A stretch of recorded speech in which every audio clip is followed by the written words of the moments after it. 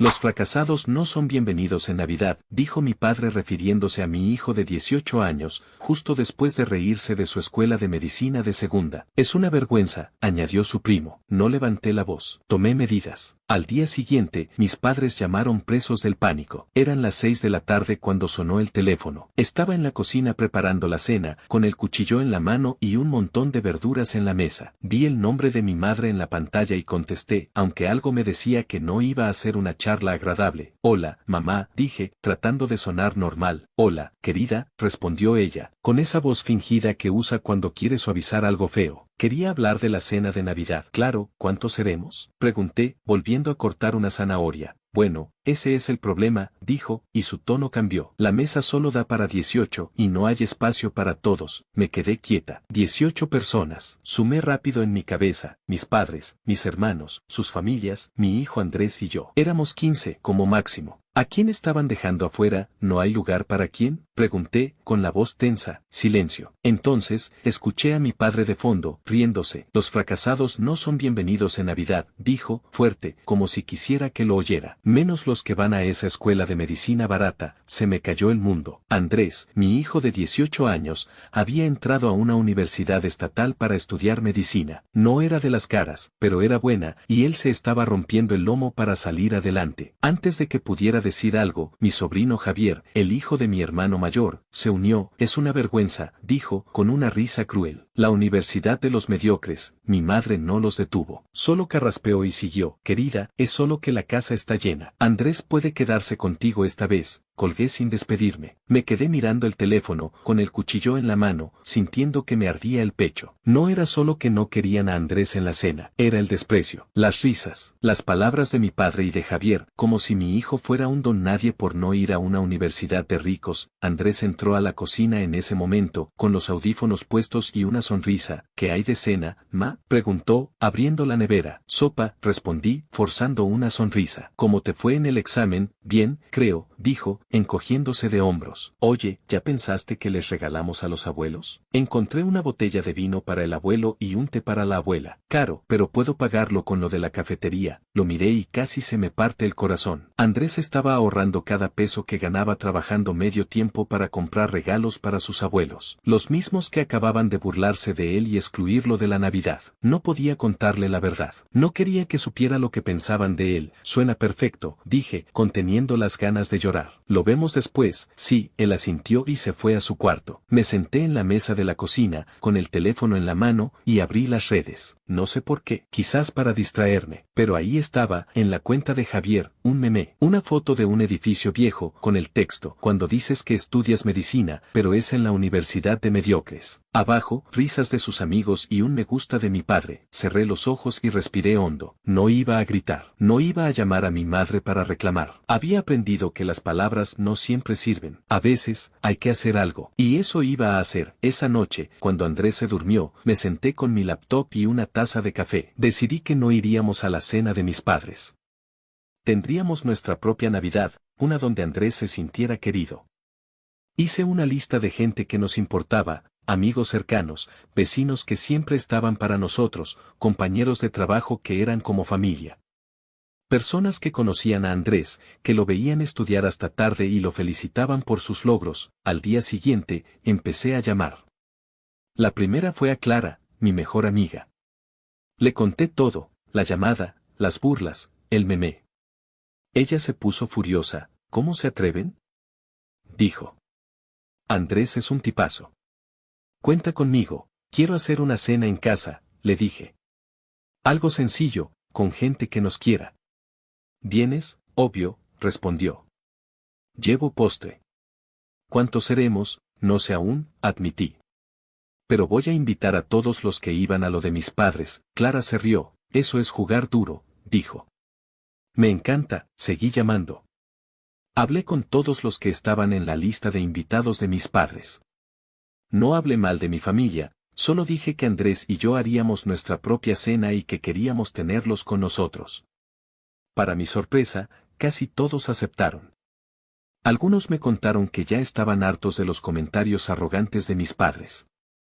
Al final, 13 de las 18 personas confirmaron que vendrían a mi casa. Me sentí fuerte.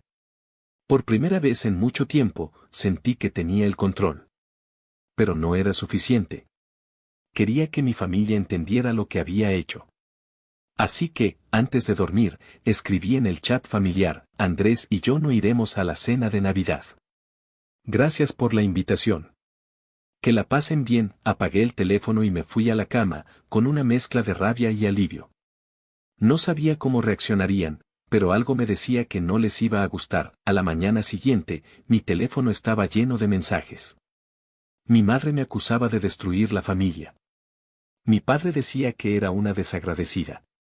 Mis hermanos me pedían que no exagerara. No respondí. Fui a la cocina, preparé el desayuno para Andrés y le dije que tendríamos una Navidad diferente. ¿Diferente cómo?, preguntó, comiendo una tostada. Una cena aquí, en casa, dije. Con gente que nos quiere. Él me miró, un poco confundido, pero asintió. Suena bien, dijo. No le conté lo que había pasado. Quería protegerlo. Mientras lo veía comer, hablando de sus planes para el próximo semestre, supe que había hecho lo correcto. Andrés no era un fracasado. Era un luchador. Y yo iba a asegurarme de que todos lo vieran así. Los días siguientes fueron una locura. Organizar una cena para 13 personas en una casa pequeña no era tarea fácil, pero estaba decidida. Quería que esta Navidad fuera inolvidable para Andrés, algo que le recordara que no necesitaba la aprobación de nadie para brillar. Fui al supermercado con una lista larga: papas, carne, verduras, especias para un guiso que sabía que a todos les gustaba. No tenía mucho dinero, pero con un poco de creatividad y las recetas de mi abuela, podía hacer que alcanzara.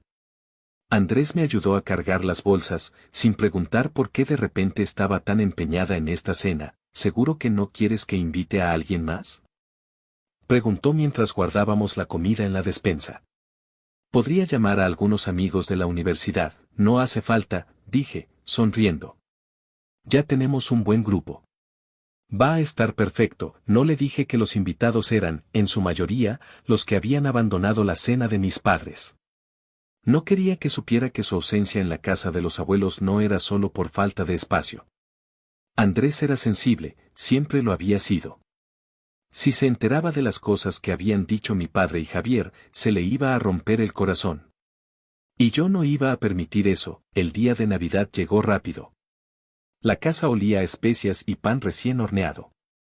Clara llegó temprano con un flan casero que parecía obra de arte, y otros invitados trajeron vino, postres y hasta una guitarra para animar la noche. La mesa del comedor, que normalmente usábamos solo Andrés y yo, estaba llena de platos y vasos prestados. No era elegante, pero era cálido. Había risas, conversaciones y un calor que no había sentido en años en las cenas de mis padres. Andrés estaba en su elemento, contando historias de la universidad, riéndose con los amigos de Clara y hasta cantando una canción desafinada cuando alguien sacó la guitarra. Lo miraba desde la cocina mientras servía más guiso, y sentía una paz que no podía explicar. Esto era lo que quería para él, un lugar donde no lo juzgaran, donde su esfuerzo valiera algo. Pero entonces, a eso de las 9, mi teléfono vibró. Era mi madre. No contesté. Volvió a llamar. Y otra vez. Al cuarto intento, me aparté al pasillo para atender, molesta. ¿Qué pasa, mamá?, dije, intentando mantener la voz baja. ¿Cómo que qué pasa?, gritó ella. Nos dejaste plantados. La mitad de los invitados no vino. ¿Qué les dijiste? ¿Qué les hiciste? No me sorprendí. Sabía que esto iba a pasar. Pero escuchar su voz, llena de rabia y acusaciones, me hizo hervir la sangre. No les dije nada, respondí, calma. Solo los invité a mi casa. Ellos decidieron venir. Eres una egoísta, chilló.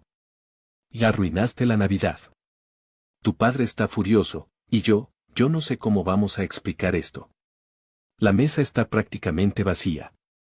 Esto es humillante es que excluyeran a Andrés, dije, perdiendo la paciencia. Humillante es que mi padre lo llame fracasado y que Javier se burle de su universidad. ¿Crees que no los escuché? ¿Crees que no vi el meme que subió Javier? Con él me gusta de papá. Silencio al otro lado. Luego, un murmullo, no sé de qué hablas, dijo, pero su voz temblaba. Claro que lo sabes, dije. No voy a discutir. Disfruten de su cena, colgué y bloqueé su número. No quería más drama.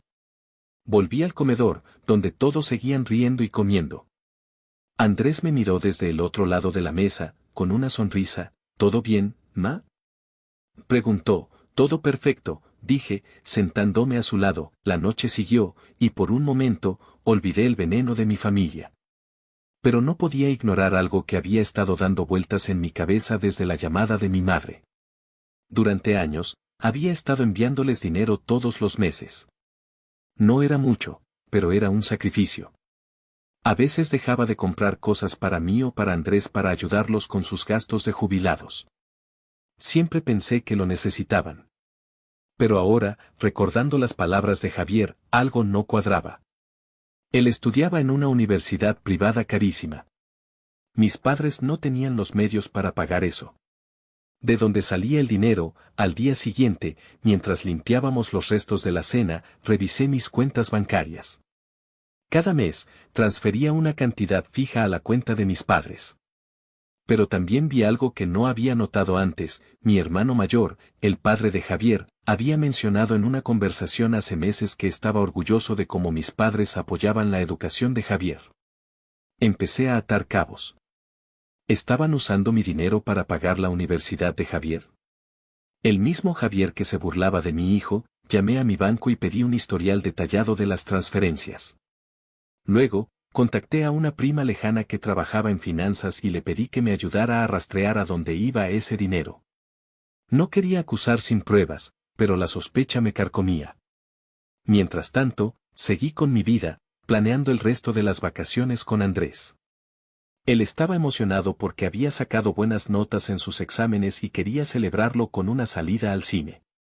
Acepté, aunque mi cabeza estaba en otra parte. Unos días después, mi prima me llamó. Encontré algo, dijo. El dinero que envías va a una cuenta que tu madre administra, pero de ahí se hacen transferencias regulares a una cuenta a nombre de tu hermano. Y adivina qué, coincide con los pagos de la matrícula de la Universidad de Javier. Me quedé helada.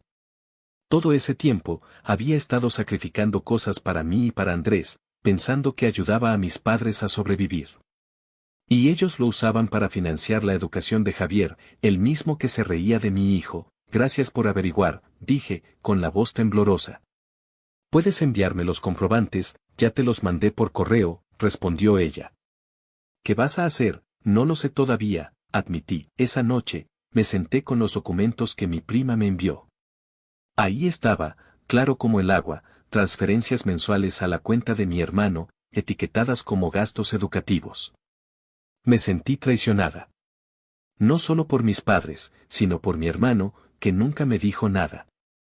Y lo peor, ese dinero podría haber ayudado a Andrés, que trabajaba en una cafetería para pagarse los libros. Decidí actuar.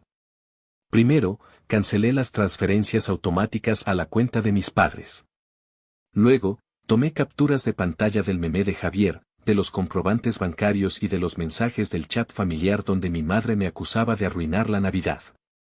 Abrí el chat familiar y escribí un mensaje largo, pero directo. Durante años, les he enviado dinero pensando que lo necesitaban. Ahora sé que lo usaban para pagar la universidad de Javier. Mientras, él y papá se burlaban de Andrés, de su esfuerzo, de su universidad. Aquí tienen las pruebas, el meme que subió Javier, el me gusta de papá y los comprobantes de las transferencias. No voy a seguir manteniendo a gente que no respeta a mi hijo. No me escriban más, adjunté todo y envié. Luego, bloqueé a todos en el chat. No quería leer sus excusas. Sabía que intentarían justificarse, pero ya no me importaba. Los días siguientes fueron extraños. Por un lado, sentía un peso menos. Había cortado un lazo que me estaba asfixiando. Pero, por otro, sentía una punzada de culpa. ¿Había ido demasiado lejos? ¿Era esto justicia o venganza? No lo sabía. Lo único que tenía claro era que Andrés no merecía el desprecio de mi familia, y yo no iba a dejar que lo lastimaran más. Andrés, ajeno a todo, seguía con su rutina. Una tarde, mientras estudiaba en la sala, me mostró un correo de la universidad. Había sido seleccionado para un programa de tutorías pagas, algo que le daría un poco más de dinero y experiencia. Estaba radiante, ¿ves, ma? Dijo. Todo este esfuerzo está valiendo la pena. Claro que sí, respondí, abrazándolo. Estoy orgullosa de ti, no le conté lo que había hecho. No quería que cargara con el drama. Pero mientras lo veía estudiar, con sus libros abiertos y sus apuntes desordenados, supe que había tomado la decisión correcta. Esta Navidad había sido un punto de quiebre. No solo para mí, sino para nuestra relación con la familia. Y aunque no sabía qué traería el futuro, tenía la certeza de que Andrés y yo íbamos a estar bien. Los meses siguientes fueron duros. Cortar contacto con mi familia me dejó con un nudo en el estómago. A veces me despertaba preguntándome si había sido demasiado dura, si debía darles una chance de explicarse. Pero luego recordaba las palabras de mi padre, el memé de Javier, y cómo mi dinero había financiado su educación mientras se burlaban de mi hijo. Eso me daba fuerza para no ceder. Andrés estaba más enfocado que nunca. El programa de tutorías en la universidad le iba genial, y había empezado a ahorrar para un curso de verano.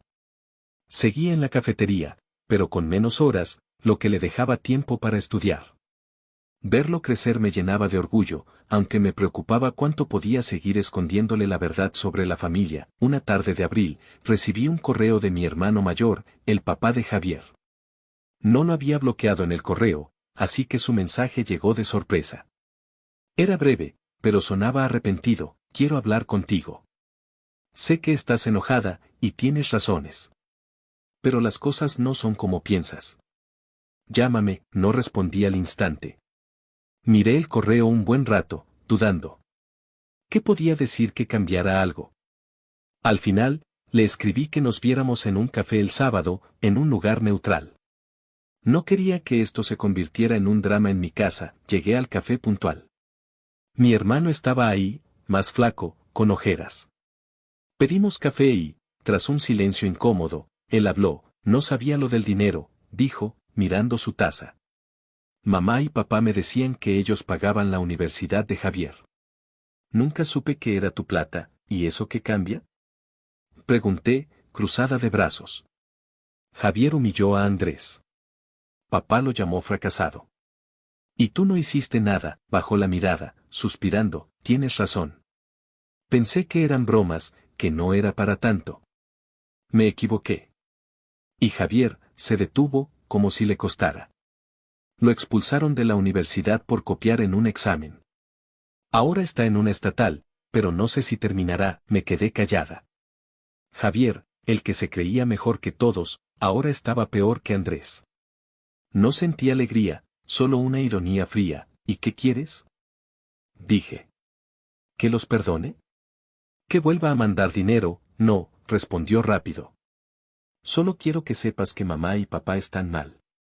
Desde Navidad, casi nadie los visita. Los primos, los tíos, todos se alejaron. Javier quiere disculparse con Andrés, pero no sabe cómo. Una disculpa no borra lo que hicieron, dije, firme. Andrés no sabe nada de esto, y no quiero que lo sepa. Está feliz, estudiando, trabajando. No necesita que le recuerden que su familia lo menospreció. Él asintió, con la cabeza gacha. Lo entiendo. Solo quería intentarlo. Si cambias de opinión, aquí estoy. Salí del café con una sensación rara. No estaba lista para perdonar, pero sus palabras me hicieron pensar. ¿Quería una familia rota para siempre? No tenía respuestas, pero decidí que mi prioridad era Andrés. El tiempo voló. Andrés terminó su primer año de medicina con notas altas y consiguió una pasantía en un hospital. Era un trabajo pesado, pero él estaba emocionado, contándome historias de pacientes y médicos que lo guiaban. Yo usé el dinero que antes enviaba a mis padres para mejorar nuestra vida, pagué deudas, compré un sillón nuevo y llevé a Andrés a un restaurante para su cumpleaños, pero el pasado siempre te alcanza. Un día, casi 2 años después de esa Navidad, Andrés llegó con cara seria. Se sentó en la cocina, con un café, y me miró fijo. Ma, ¿por qué no hablamos con los abuelos? Preguntó, me quedé helada. Había evadido este tema con tanto cuidado que no estaba lista. Es complicado, dije, buscando palabras. Tuvimos diferencias, pero no me dices cuáles, insistió. Sé que pasó algo en Navidad hace 2 años. No soy estúpido. De repente dejamos de ir a su casa, y nadie explica por qué. Respiré hondo. No quería mentirle, pero tampoco herirlo. Le conté una versión suave de la verdad. Tus abuelos y Javier hicieron comentarios feos sobre ti y tu universidad, dije. No me pareció justo, así que decidí que era mejor celebrar solos. Luego, las cosas se complicaron. ¿Qué comentarios?, preguntó. No importa, dije, sonriendo a la fuerza. Son pasado. Tú estás haciendo cosas increíbles, y eso cuenta, pero Andrés no se quedó tranquilo. Esa noche, lo vi revisando su celular con el ceño fruncido. Al día siguiente, confesó que había encontrado el meme de Javier en redes y mensajes viejos del chat familiar en un respaldo que olvidé borrar. ¿Por qué no me lo dijiste?, dijo, con la voz rota. Pensé que los abuelos estaban enojados conmigo. No, cariño, dije, abrazándolo. No hiciste nada malo. Ellos se equivocaron. Quise protegerte, pero soy grande, ¿ma?, dijo, apartándose. ¿Puedo con esto? Quiero hablar con ellos. No supe qué responder. Quería detenerlo, pero sabía que tenía derecho a enfrentar esto. Le di el número de mi hermano y le dije que podía contactarlo si quería. Andrés decidió escribirle a Javier primero. No sé qué hablaron, pero días después me contó que tuvieron una videollamada larga. Javier se disculpó, y aunque Andrés no lo perdonó del todo, dijo que le ayudó a cerrar ese capítulo. Con mis padres fue distinto. Andrés los llamó, pero la charla fue tensa. Mi papá intentó justificarse, diciendo que solo quería motivarlo. Mi mamá lloró, diciendo que me extrañaba. Andrés les dijo que necesitaba tiempo, y no ha vuelto a hablarles. Me dijo que tal vez algún día lo haga, pero ahora prefiere enfocarse en su vida. Hoy, Andrés está por empezar su 3er año de medicina. Lo invitaron a entrevistas para residencias médicas, algo raro para alguien de su edad. No tiene deudas, gracias a la universidad estatal, y quiere especializarse en pediatría. Lo veo y no puedo creer cuánto ha crecido. Javier, según mi hermano, terminó su carrera en una universidad menos conocida, con mucho esfuerzo. No hablamos mucho, pero sé que intenta salir adelante. Mis padres, por lo que me contaron primos, han cambiado. Ya no hacen cenas ostentosas y parecen valorar más a la familia que les queda. A veces me pregunto si fui demasiado lejos.